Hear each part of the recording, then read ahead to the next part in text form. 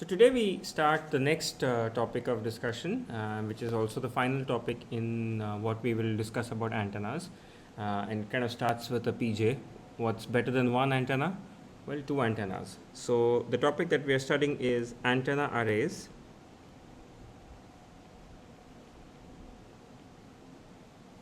Right.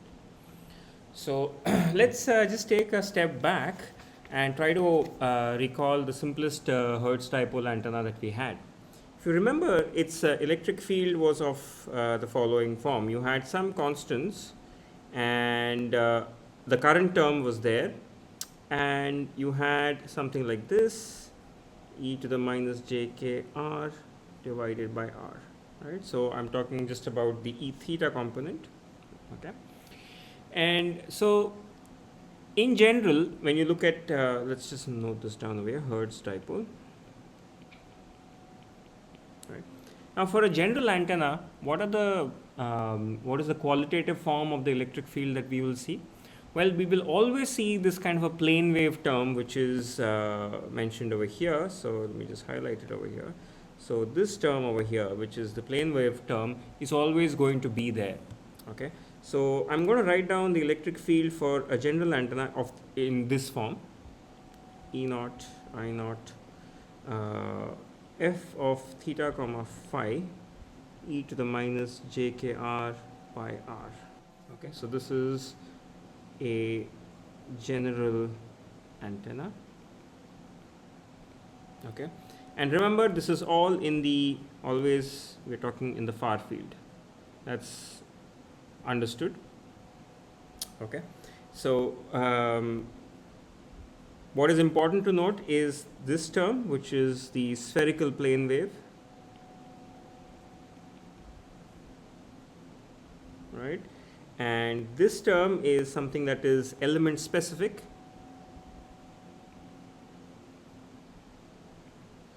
And this is the current, right? And these are some constants. Okay. So now to talk about antenna arrays, we are going to start with assuming a simple kind of an antenna, which is not even a Hertz dipole. In fact, it's something even simpler than a Hertz dipole. It's going to be what we call an isotropic antenna. Okay. So an isotropic antenna doesn't have any dependence on theta or phi. So the element specific part, which is also called the element pattern,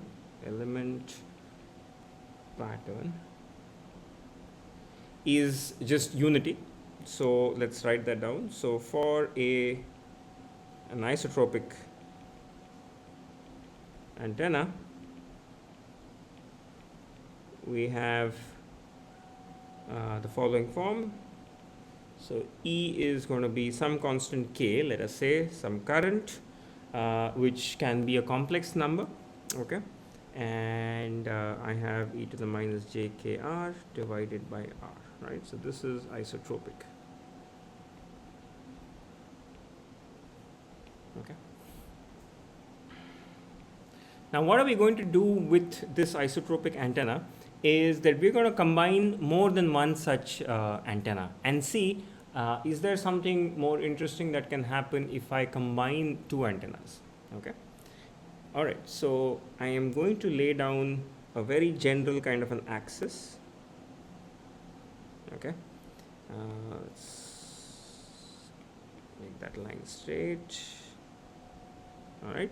So this is my axis. I'm going to place one antenna over here, another antenna over here. All right. And we are talking about antenna radiation in the far field. So I'm going to exaggerate this a little bit over here. So imagine that the viewer is, or the receiver is somewhere standing far out. Okay. Remember, this is in the far field. Now, since the receiver or the observation point is in the far field, you can approximately assume that the radiation, that is the electromagnetic waves that are coming out from the antenna, by the time they reach the receiver, they're like parallel lines. Okay, so it's like this. This is how the radiation is going to look like. Right. Well, this one didn't look parallel exactly, so let's try it again. Alright, that's approximately parallel. Okay. This is my antenna axis over here. I'm going to call this angle to be something like phi. So this is also phi, right? And this is my array axis. Okay. And what have I placed over here? I have placed antenna number 1, antenna number 2 over here. And what are the degrees of freedom that I have in playing around with the antenna radiation pattern? Well, clearly there is only one degree of freedom that I have if I just look at the electric field, which is the current. But notice that there is possibly something interesting that's going to happen in the phase term. Okay, so let's have a look at it. So if I give the first antenna, let us say some current I1, okay, and I'm not just going to give it a scalar current, I'm going to give it a complex current, which means there is some phase associated with it. So I'm going to call this e to the j delta 1. So that's the current phasor that is exciting the first antenna, and I have a current phasor which is exciting the second antenna. Okay, so they have different amplitudes and different phases. So what is the field due to the first antenna, right? So I can simply write E1 is going to be, it has some constant k, I1 e to the j delta 1 e to the minus jkr divided by r. Okay, so this is the first antenna element. Okay, so let's assume without loss of generality that the origin is over here. Okay, and this observer is at some distance r. Now when we come to the second electric field, we have to just be a little bit careful. The second electric field that is coming has a little bit of a difference when it comes to r, right? So if I drop a perpendicular like this, right? So if this distance is r, then this distance that is coming from the second antenna is not going to be r, right? It's actually a little bit lesser than r. How much lesser than r is it? So if I have placed these antennas apart by, let's say, a distance d between the two antennas, right? So then this distance, by simple trigonometry, this distance is simply going to be d, is going to be d cosine phi. That's this distance, right? So that's, these two paths are going to be different by an amount, which is d cosine theta. So for the second element, I will write, I'm assuming that the antenna elements are otherwise identical, so they have the same constant k, I2 e to the j delta 2, and e to the minus jk here is going to be r minus d cosine phi. Okay, and the denominator I'm going to get r minus d cosine phi, right? So this is how the field looks like. Okay, now here we need to make a few very legitimate assumptions, right? So what are the assumptions? So the assumption is that the antenna spacing, which is d, is actually very, very small compared to the far field distance r. So we're going to say that d is much, much less than r. Due to this, it turns out that it's a good enough approximation if this term over here can be approximated simply as r. You know, you can think of r as being, tens of meters and d being a few centimeters. Okay. However, in the phase term over here, this phase term over here, it may not be such a good assumption to replace r minus d cos phi by simply r, for the simple reason that there is a number called k which is multiplying it, and k is 2 pi by lambda. So if d and lambda are close to each other, it may not be a good idea to approximate it. So in the amplitude term, I'm going to do r minus d cosine phi is approximately equal to r. In the phase term, I'm going to leave it as it is, right? And why do I say that? Well, let me show it to you why it matters. So this term over here is essentially 2 pi by lambda r minus 2 pi by lambda d cosine phi, right? Now if d is comparable with wavelength, right, so this term over here can make a significant difference to the overall term, because this is e to the j minus j times this phase term, right? So whatever this be, this can the second term can alter it substantially. So we're going to leave it as is. So what is the net electric field that I get? So the net electric field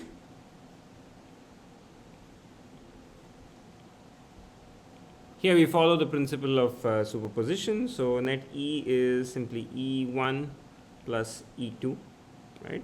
And I have these expressions for E1 and E2 are there in front of me.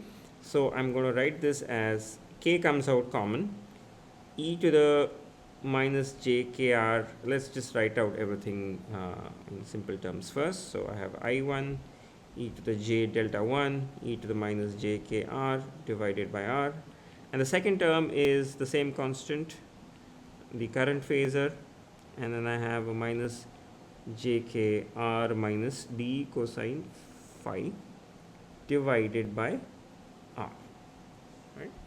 This is the net electric field, and the reason that we are allowed to do this is because of the superposition principle, right? So this becomes, I can take out things that are common, so I get the constant k, I can pull out jkr by r, right? And what is left over here, this is I1 e to the j delta 1 plus I2 e to the j delta 2, and then I have a e to the j k d cosine phi, right?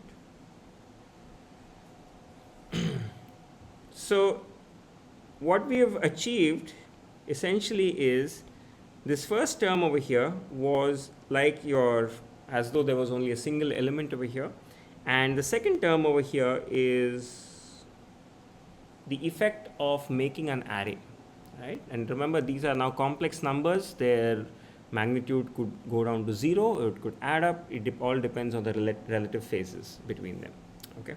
So what are the tricks that, as an antenna array designer, that you can do, right? Well, all the tricks are sitting in this orange box over here. So what all can we play with? Well, the first thing that we can play with is the phase difference. So that is delta 1 and delta 2. Remember, you can look at this expression and realize that essentially what really matters is not delta 1 and delta 2, but delta 1 minus delta 2, because I could just write this electric field simply as k e to the minus j k r by r, pull out e to the j delta 1 common from here, and I have I1 plus e to the j delta 2 minus delta 1 and e to the j k d cosine phi, right? Okay. So let's have a look at what happens when I look at the magnitude of the electric field, mod E. Right? So when I look at mod E, I'm going to get essentially,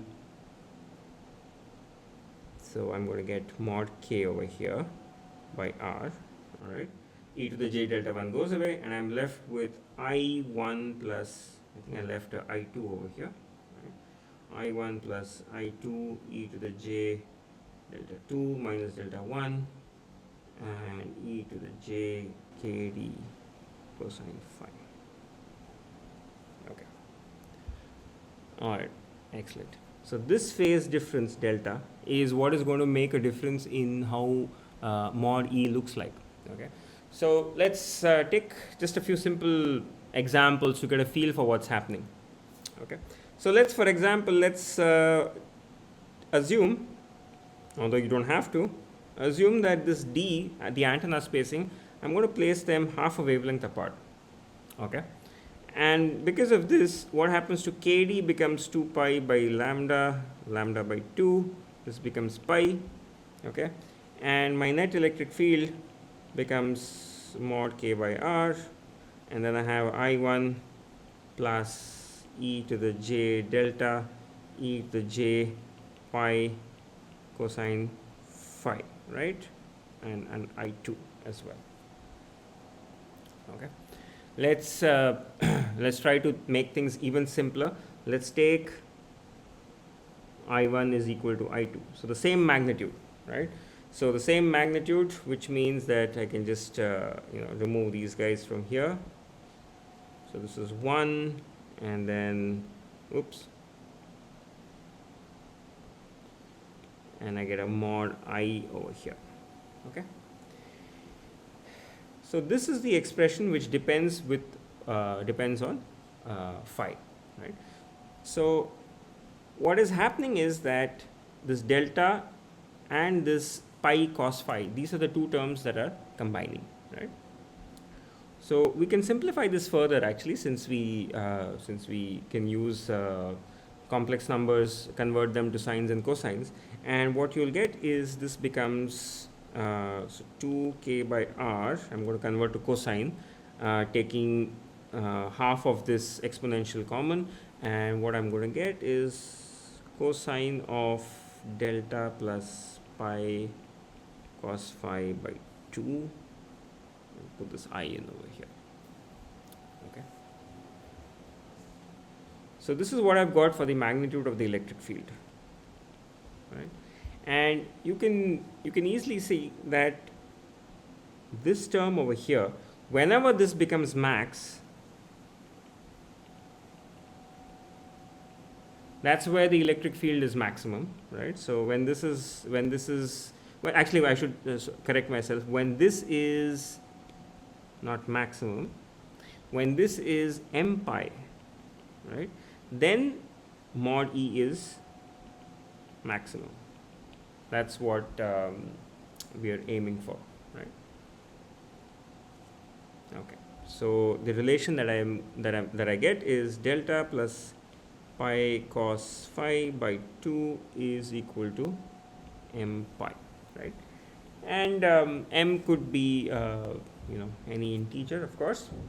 And so okay, so to get the maximum electric field, essentially I need to work with this expression. Let's take the principal value, which is m is equal to 0, and therefore that will give you that delta by 2 plus pi by 2 cosine phi is equal to 0, which gives you cosine phi is equal to minus delta by pi, and phi is equal to cos inverse of this quantity.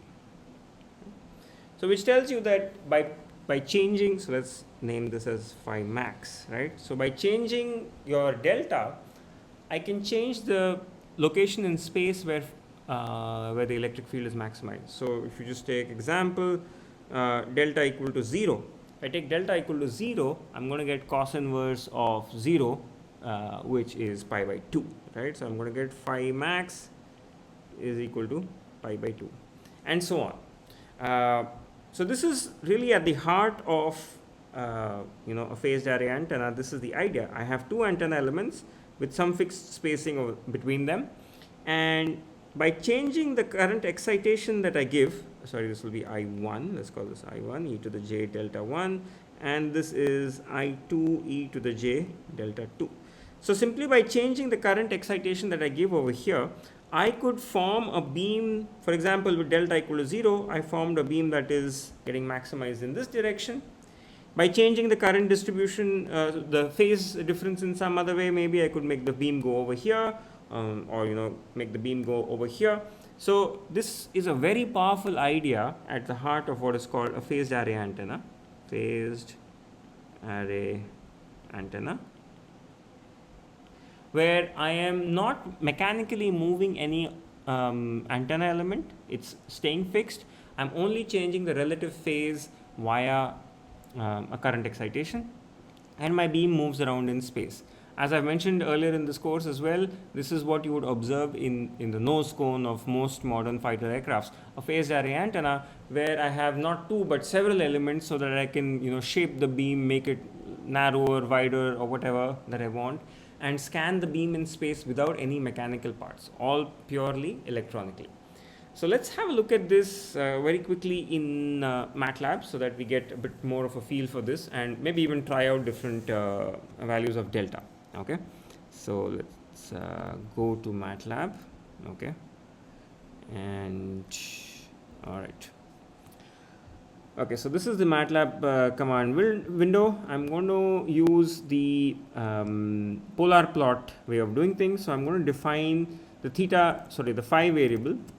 Okay, so this phi variable is going to go from 0 to 360 degrees, and let us say I'm going to give it 100 divisions between 0 and 360. So that's my phi coordinate. I'm going to define now my radius in terms of this. So this radius is essentially the magnitude of the electric field, which is, I'm going to leave out all the constant terms. So this is going to be 1 plus exponential 1j, that's I.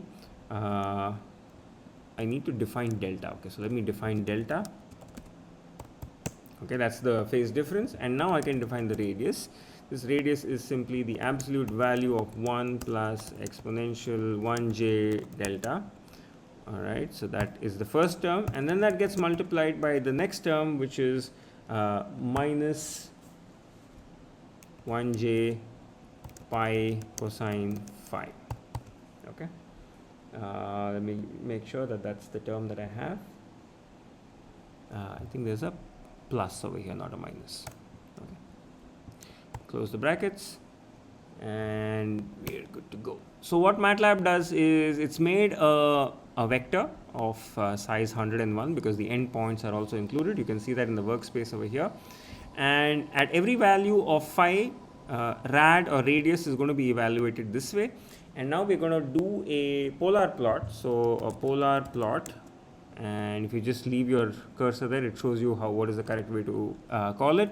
So first give it the angle and then give it the set of radii. I'm also going to insist on a blue color so that I can distinguish it with other things. All right, so it has been plotted, and let's see, let's move this plot. There you go.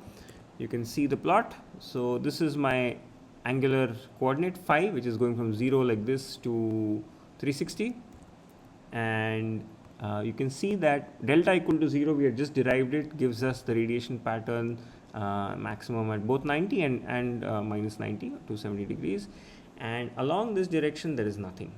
Okay, and just to get a contrast, let's go back and change the delta to something else.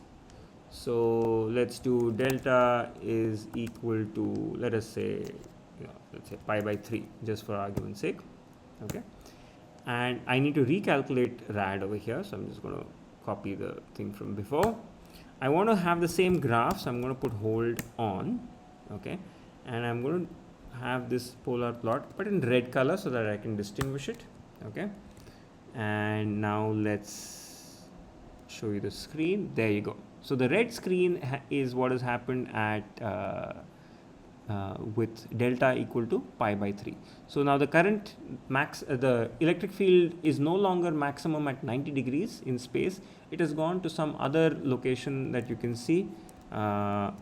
Somewhere here is where the field has maximized itself, 112 degrees or something like that.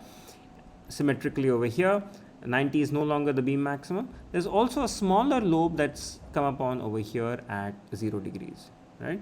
So you can see that with two elements there is kind of a limited amount of success that you have, because although the idea of achieving maximum radiation in a particular direction is achieved, there are also some unwanted features coming in over here. But as you give yourself more and more current elements, you can shape the beam as you please. Okay, and so you can see it's a very simple way to plot this in Matlab. Okay, so let's get back to our discussion. Right. Okay. Right. So this is the first tool in our box, right? So let's see. So what all can we play with? We played with the phase difference, delta 1, delta 2. This is what I got. And now what is the second thing that I could do? The second thing, again, let's look at this, stare at this expression, right? Uh, One thing that pops out is, well, what about D, right? If I change D, I change everything. Here in the example that we just did, I fixed D at lambda by 2, but I need not fix D at lambda by 2. Let's see what happens when I change the inter element spacing, right? So change D.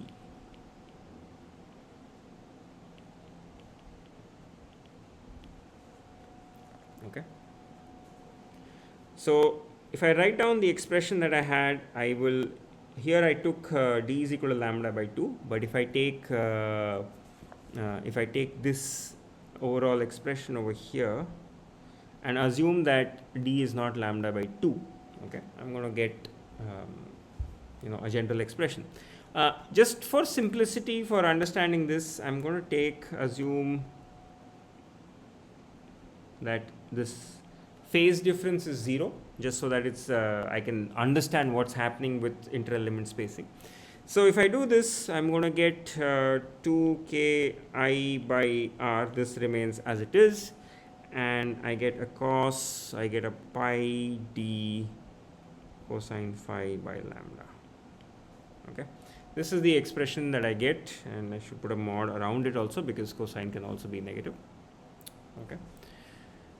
Right, so you notice that this d by lambda, d always appears with lambda in the denominator. So the absolute d really doesn't matter. What matters is its relation to lambda. Okay, so you'll notice this even in the Hertz dipole expression, d by lambda appeared. There it was the length of the antenna divided by lambda. Here it is the inter-element spacing divided by lambda. Okay, so this is the important thing over here. And if I want, let's do the same thing. We want mod E to be max at some direction. So again, I play the same old trick. I say that pi d cosine phi by lambda, if this is m pi, right, where m is an integer, then this electric field is going to be maximized. And this gives us phi max, quite simply, is equal to cos inverse of m lambda by d. Okay, right. So obviously, for cosine inverse of this to make sense, this number inside over here, this had better have magnitude less than or equal to 1. Okay, otherwise obviously it doesn't make sense. Okay. So there are going to be several different values of m that will work, as long as m lambda by d. Let's assume m is positive, right? If this is less than or equal to 1, we are okay. So the maximum allowed value of m is well, very simply, this is going to be the floor of d by lambda, okay, and plus 1 to include 0 as well. Okay, floor, you know, is the highest integer smaller than that number. Okay, so for example, floor of 0.5 is 1, right? So this is telling you that these are all the different regions in space where I am going to get phi, I'm going to get a maximum of the electric field. Okay. Now similarly, you can see that if on the other hand, suppose I put pi d cosine phi by lambda, supposing this is equal to m plus half an integer, right, in terms of pi, then I'm going to get the resulting phi is going to be a null, because then mod E is going to be 0, right? So you can see that as d by lambda increases, the number of possible m values also go up, and you can see that in space what will happen is that you will have a maximum, and then which would happen for this, and then you would have a null which would happen for this, and then again a maximum, and so on. So the radiation pattern that you would see from here would look something like this. So you'll have a max over here, and then you would have a null direction over here, and then you would again have a max over here, and then you'll have a null, and then a max and a null. Oops, wrong color, right? And so on, right? This is how it goes. So max, max, this is also max, this is also max, and the other guys are null. Okay. So this, we kind of saw this when we looked at the radiation pattern of the linear antenna in the Matlab toolbox. It looked like a pineapple because there were so many nulls and maxes that were alternating with each other. So this is kind of what, you know, theoretically we have derived that why this happens, and there are no surprises over here. Okay. So you can, having a look at this expression over here gives us some insight that if we wanted to have only a single direction where there is a maximum of radiation and not all of this, you know, max followed by null followed by max, what I have to do is I have to make sure that d by lambda should be less than 1, right? If d by lambda is less than 1, then there's basically just one direction in which the radiation is maximum. Okay, so for single maxima, you can say that d by lambda is less than 1. Okay. All right, so this was the second tool in the toolbox. The third tool, again we need to look at the expression that I had. The third tool that I have is actually the relative ratio between I1 and I2. Okay, so let's make a note of that. So this is called the effect of I1 by I2, right? So this is the amplitude ratio.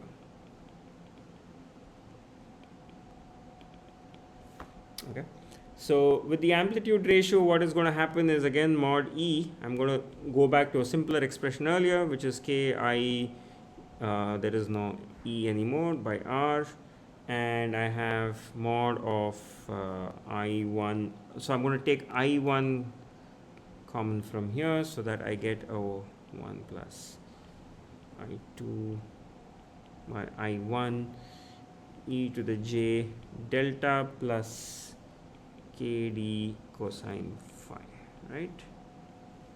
This was the expression which I had, and this is the ratio. This I2 by I1 is the ratio that I have.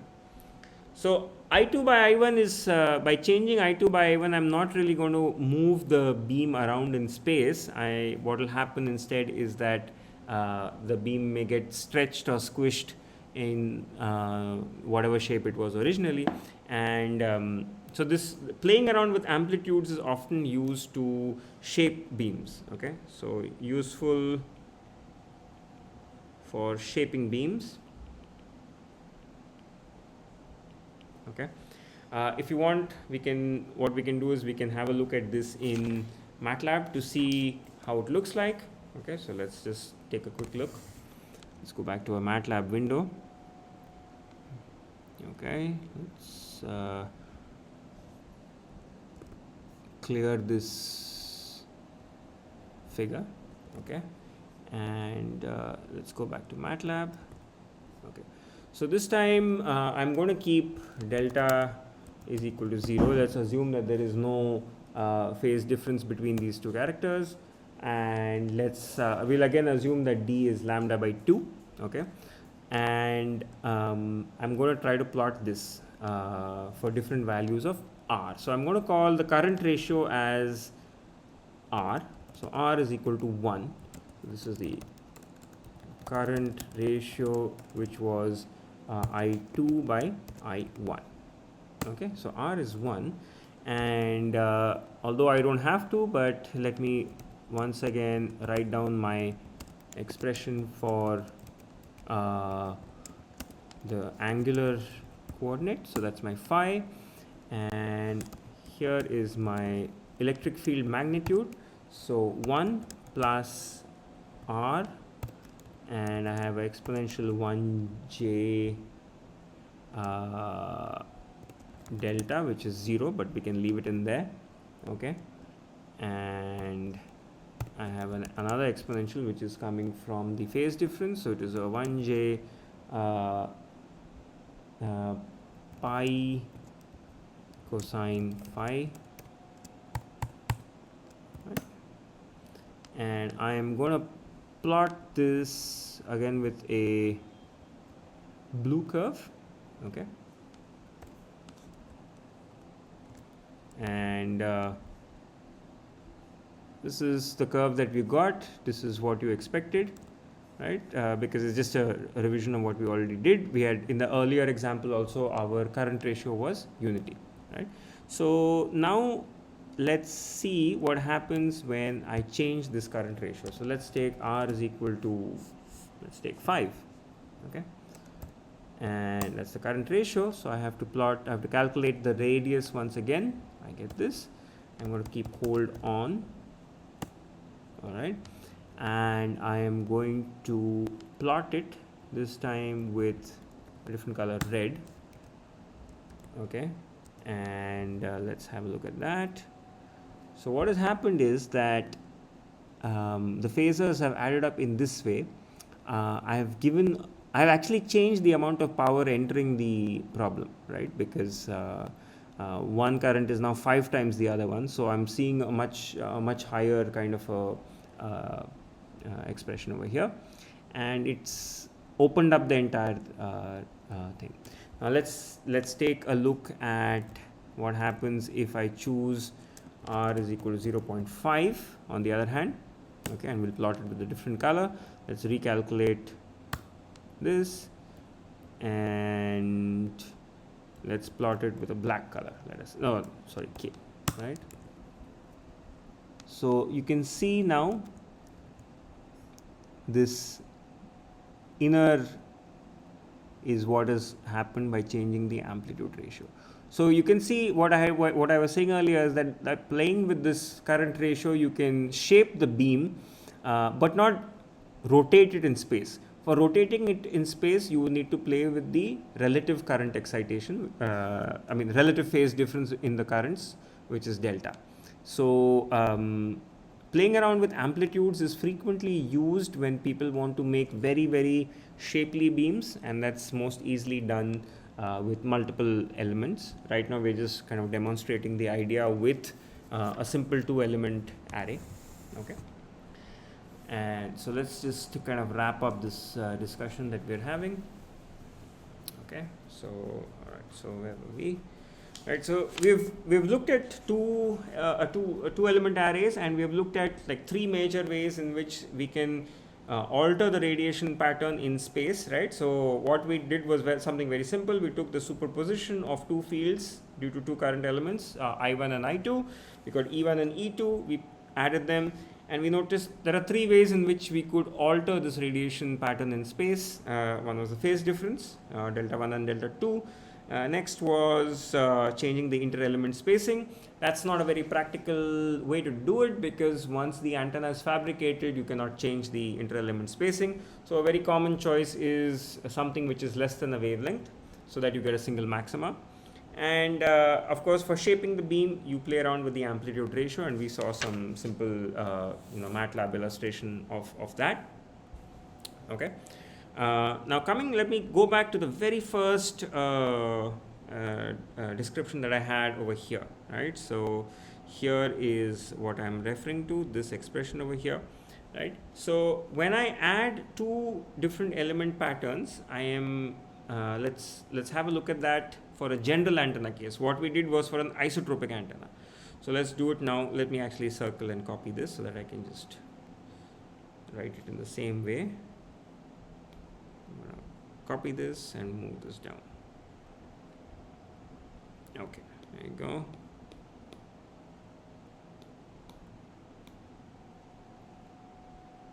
Okay, whole bunch of other guys have also come for the ride. That's okay. Right. So when I have, supposing I have 2 identical antennas, two or more, okay, that implies that their element specific pattern, specific f theta comma phi is the same, right? So if I try to write down the net E, I'm going to get something which is and another thing that happens when I have two identical antennas, that E naught is also the same, right? So the net E essentially becomes E naught. I'm just going to add this. So let's just write it as I1 e to the j delta 1, first guy, theta phi e to the minus j k r by r, and plus the same thing for the second element. And once I factor this into things that are common and uncommon, what I get is E naught e to the minus j k r, let's take I1 common out as well, divided by r, okay, f theta comma phi, and what I have in this term is 1 plus I2 by I1 e to the j delta and then e to the j k d cosine phi, right? So this is the general expression for the electric field due to two identical antenna elements that are spaced d apart. So now a very nice way of interpreting this expression is to look at two terms over here, right? So the first term is something that is coming due to a single element, okay? So a single element, because it has no mention of D or I2 or anything. And the second expression over here is what is coming because of arraying, right? This is where the antenna array comes into play. So this is called, so this is due to arrays, right? So the more formal words for these two expressions is, this is called the element pattern, and this is called the array factor, okay? The array factor, the way that it has been written over here, it's the current is kind of normalized to the first guy. There are other definitions also where you may find an array factor defined without the normalization by I1, so there's some ambiguity in that. But what you see always is that there's an element pattern and that's getting multiplied by something called the array factor, right? And this is giving me the net radiation pattern, right? So this this concept is called pattern multiplication.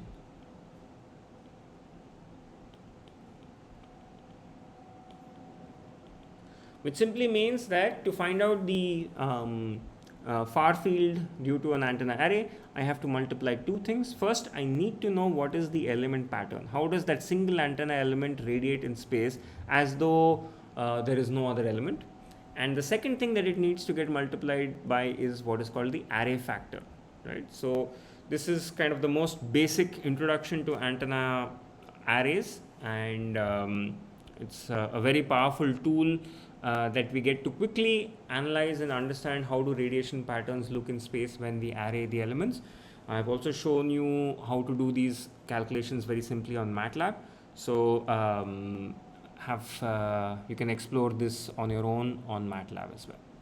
All right, thank you.